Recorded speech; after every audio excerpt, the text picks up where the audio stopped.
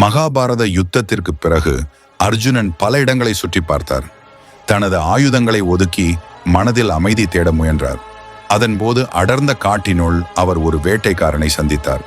அர்ஜுனன் அழகான காட்டினுள் நடந்து செல்கிறார். தன் கண்களில் யுத்த நினைவுகள் மிதந்து கொண்டே இருக்கின்றன.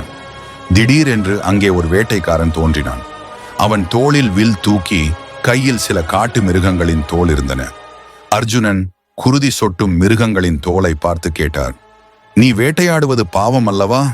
உயிரை கொல்வது முறையல்லவே?" என்றார். வேட்டைக்காரன் சிரித்து வில்லால் மண்ணை தட்டினான். அவன் திருப்பி கேட்டான், "நீயும் மகா யுத்தத்தில் ஆயிரக்கணக்கான வீரர்களை கொன்றாயே, அது எப்படி தர்மமாக இருக்க முடியும்?" என்று சொன்னான். அர்ஜுனன் அதிர்ச்சியடைந்து மௌனமாகிவிட்டார். வேட்டைக்காரன் தொடர்ந்தான், "நான் சிங்கம், மான்கள் போன்றவற்றை வேட்டையாடுகிறேன். நீ ஆயுதம் தூக்கி ராஜ்யங்களுக்காக மனிதர்களை கொன்றாய்.